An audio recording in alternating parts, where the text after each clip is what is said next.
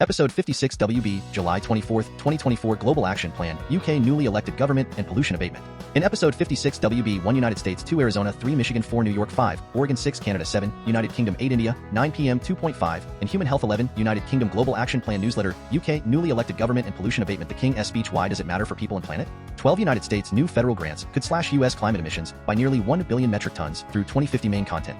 1A United States switching from gas to electric stoves cuts indoor air pollution. ScienceDaily No significant changes were seen with CO and PM2.5 during focus group discussions. Participants using the new stoves unanimously reported being 1B United States RAWSEP view. Is this article for or against wood smoke pollution? In the last fifth of the article, the writer begins to face the reality of the PM2.5 pollution from wood burning. From the article, why the future of wood burning stoves in homes is uncertain. MSN. There is certainly something nostalgic, earthy, and fascinating about using a wood burning stove in your home. The sound of the crackling wood. Excerpts edited by RAWSEP for brevity and clarity in relationship to residents. Against wood smoke emission. Particulates, a 501c3 nonprofit organization. Are wood burning stoves a problem? According to the American Lung Association, they are a significant contributing factor to particle pollution in the air. 2 Arizona. The Arizona Department of Environmental Quality has issued an ozone high pollution Arizona Emergency Information Network AZ-Gov. Wood burning in residential fireplaces, chimneys, outdoor fire pits, and similar outdoor fires is prohibited in Maricopa County. This includes 3 Michigan wildfire smoke returns to West Michigan. WODTV.com. Wildfire smoke will be visible in West Michigan skies through at least Wednesday. The source of the smoke is wildfires blazing in Canada. For New York, wildfire smoke arrives in Rochester. Wildfire map and air quality in your area. AOL.com. According to Yale Medicine, the PM2.5 particles are so small they can wildfires in Canada.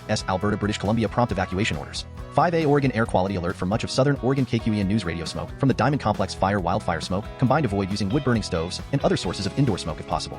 5B Oregon Wood River and Knot fires in Klamath County. Spark evacuation. Smolder underground. Herald and News burn. The Knot fire was first reported Sunday afternoon, burning roughly 50 acres of Oregon Department of Forestry lands, just 3 miles north of 5C Oregon. Jefferson County increases fire danger from high to very high. Peninsula Daily News fire marshal Phil Ciceri escalated the county fire. The only burning devices allowed are propane fire barbecues and wood pellet fire smokers. 6A Canada. Alberta wood buffalo wildfires close highways 63 and 881 in both directions. Fort McMurray. Today, there are 3 major clusters of wildfires burning across Fort McMurray. Wood buffalo smoke from a wildfire southwest of Fort McMurray. 6B Canada. Saskatchewan, Saskatoon staying safe, staying healthy when wildfire smoke descends. Country 600 CJWW wood burning fireplace. Close the dampers. If you have an air conditioner, keep the fresh air intake closed. You can also buy an air cleaner for 6C Canada. Pollution watchdogs late this year again. Environmentalists. Yahoo News Canada. The SAFAR recorded AQI of 218 under PM10 and 103 under PM2.5 today. Tomorrow's forecast predicts a similar range of AQI varying between moderate. 7A United Kingdom log burners. Do they save money on central heating? Sheffield Star smoke. Due to the rising popularity of solid fuel appliances, wood burning is a major source of fine particulate matter and domestic wood burning. The Environment Act 2021 gave local authorities more power to issue fines for excessive smoke emissions from wood burners and other solid fuel log burners. Do they save money on central heating?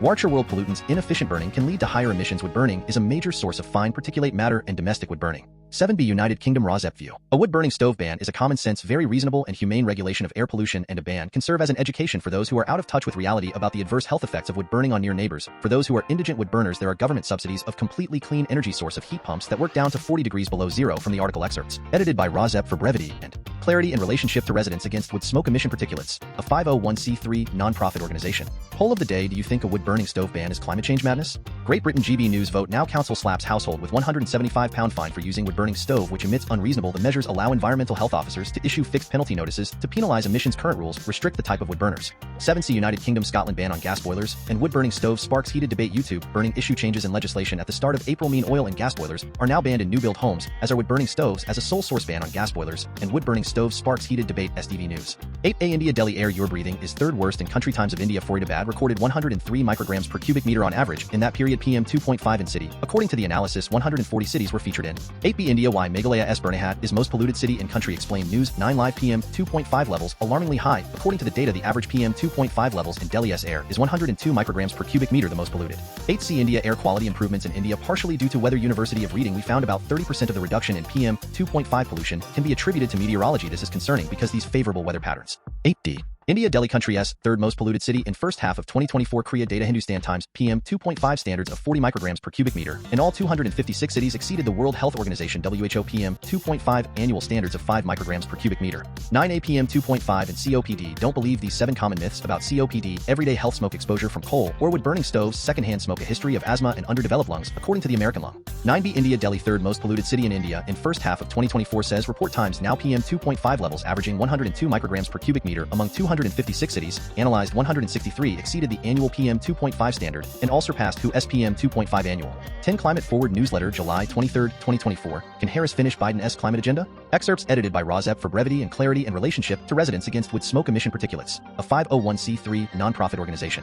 Harris has for years made the environment a top concern, and earlier in her career took positions far to the left of Biden on climate change. She prosecuted polluters during her time as California's Attorney General, was an original co-sponsor of the Green New Deal as a senator, and cast the tiebreaker that led to the passage in 2022 of the Inflation Reduction Act, the largest climate investment in U.S. history. This is partly why Harris is widely expected to continue the work Biden started if she is elected. Harris's climate advisor told Friedman that the vice president would focus on implementation of the IRA. If elected, that may sound underwhelming, but experts told me it's actually a pretty big challenge and key to hitting the U.S. climate goals, ensuring that the hundreds of billions of dollars for clean energy in the IRA and the bipartisan infrastructure law signed in 2021 actually translate into lower emissions is easier said than done. Wind and solar developers hoping to take advantage of the law's lucrative tax credits are still facing enormous logistical obstacles, such as difficulties in obtaining permits and connecting to the grid. The next administration will need to figure out how to help ease those bottlenecks. If implementation goes really well, the U.S. would get emissions down to 40 to 45% by 2030. If implementation does not go well, emissions would go down a little over 30% compared with 2005 levels. The federal government is also still sitting on tens of billions of dollars of grants and loans for the development of hydrogen, nuclear power, and other projects. For instance, the Department of Energy has yet to give out roughly $9 billion for retrofitting homes and almost $200 billion in loan authority for advanced clean energy projects. At the same time, the Department of Energy and other federal agencies have been trying to speed up the build-out of transmission lines and issue permits for offshore wind projects, but those efforts are still ongoing. More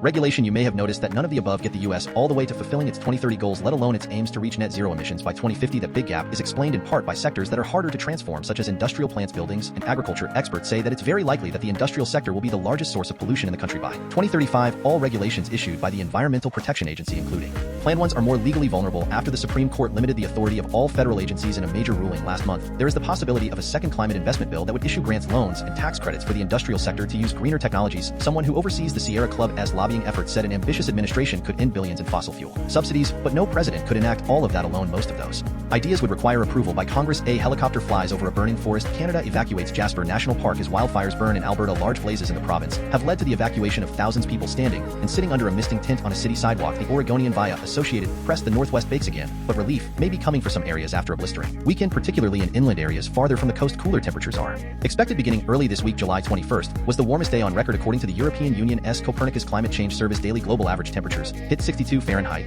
or 17 Celsius, slightly exceeding a record set last July. The U.S. added roughly 700 new public fast charging stations for electric cars in the second quarter, according to Bloomberg, bringing the total to nearly 9,000. The Washington Post explains what we know about Republican plans to privatize federal weather data services. Ethiopia became the first country in the world to ban the import of gas and diesel cars, but the country only has around 50 EV charging stations. Rest of world reports. 11 United Kingdom Global Action Plan newsletter. RAWSEP view UK newly elected government and pollution abatement. The King's speech. Why does it matter for people and planet?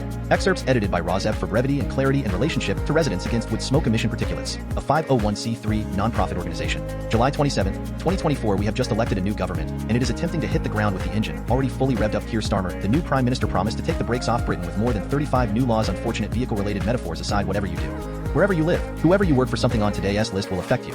And there is quite a lot for those of us that are here for the health of people and planet. That sounds like bad news. We hate to disappoint, but there's some good news, though. Some of the items on the list could be much more ambitious, and there are some big things missing. Go on, then talk me through your list. What do you want? After years of delay, more than anything, we want this government to move forward really fast on the climate and nature emergencies, because we run Clean Air Day and work with hundreds of councils and doctors and charities across the country to raise awareness of how pollution harms our health. We want this to include action to cut air pollution dramatically, most of which is caused by burning fossil fuels. We also want to see a radical change in the school curriculum in England so that young people are ready for planet-saving action. We call this Generation Action on Climate. The new government is aiming for 100% clean power by 2030, which is very welcome, as we need to power our homes and transport in the future using electricity. Gas is on borrowed time, plus Putin wants us to keep using it, so we need lots of new renewables fast. The plan announced by the King to set up a new public company called GB Energy to own and invest in clean power generation, which will be based in Scotland, is really welcome, though we need to see the detail on education. Not only are we expecting a review of the English curriculum, which is welcome, though needs to be radical and not just tinkering, but the King announced a new children's well-being bill to help with young people's mental health. This must address the effects of social media, as well as empowering kids to have agency on issues of high anxiety like climate change. There's also a move towards preventative health, including really welcome new laws banning junk food advertising, smoking, and vaping, and energy drinks for young people. We see not help but think that if you're banning junk food advertising, you should also just ban all the online ads that are pushed at children when they're on social media. On clean air, I'm afraid the news is not so good. Before the election, Labor promised a Clean Air Act to accelerate progress towards the limits recommended by the World Health Organization, but this was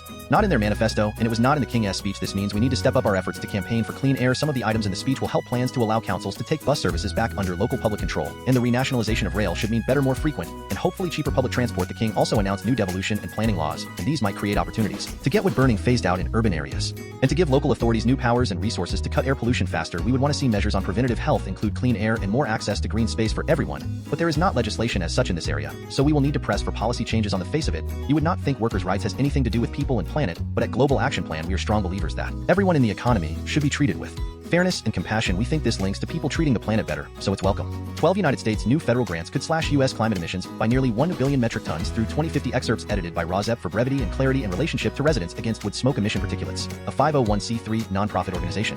Recipients in 30 states will share from a pot of $4.3 billion to tackle clean energy and emissions reduction projects. July 22, 2024, the Biden administration on Monday announced that it is awarding $4.3 billion in federal grants to projects in 30 states aimed at boosting clean energy development and other efforts to reduce the nation's greenhouse gas emissions. The grants are among the largest cash subsidies under the Inflation Reduction Act, the 2022 law that dedicated nearly $400 billion toward climate action and the clean energy transition. The timing of the grants ensures that this part of President Joe Biden's environmental legacy will remain intact, even if Democrats fail to retain control of the White House or Senate after November's election. The grants will fund 25 projects, including efforts to electrify farming equipment in Minnesota, expand public transit in Texas, and deploy new electric vehicle charging stations along the Interstate 95 corridor in New Jersey, Connecticut, Delaware, and Maryland. The EPA estimates that the projects will reduce the nation's climate pollution by nearly 1 billion metric tons through 2050. Projects vary state to state, city to city. EPA Administrator Michael Reagan said the 25 grant recipients represented the cream of the crop from more than 300 applicants who proposed programs that would not only reduce greenhouse gas emissions but would create jobs and otherwise benefit their communities economically. Pennsylvania, a key battleground state for Democrats in November, received among the highest amounts from the grants. The state will get more than $396 million to reduce greenhouse gas emissions in manufacturing, electrify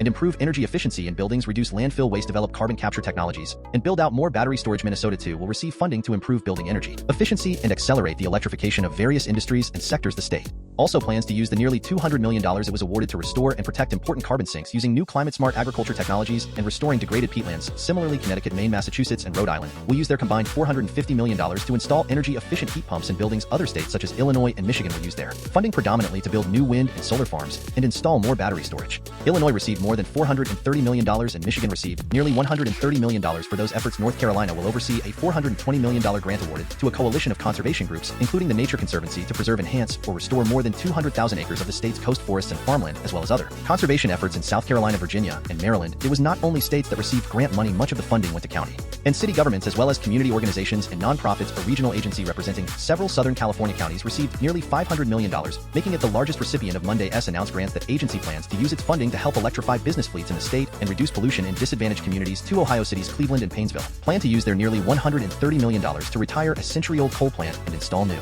solar power and battery storage systems. And in Texas, the city of Austin will use its $48 million grant to improve public transit, especially in low-income and disadvantaged communities, in an effort to reduce reliance on driving. Austin claims the second highest per capita greenhouse gas emissions of any major U.S. city, with more than half related to transportation. Funding will help protect Biden's climate legacy. The grants were announced amid a tumultuous month in Washington, Indiana. A surprise Sunday announcement: Biden said he would no longer run for re-election and endorsed Vice President Kamala Harris to be the Democratic nominee. By announcing the grants now, the Biden administration is at least partially insulating them from being reversed should former President Donald Trump win in November. Since the money will already be in the hands of local and state governments, Trump has pledged to undo much of the Biden administration's climate program if he is re-elected.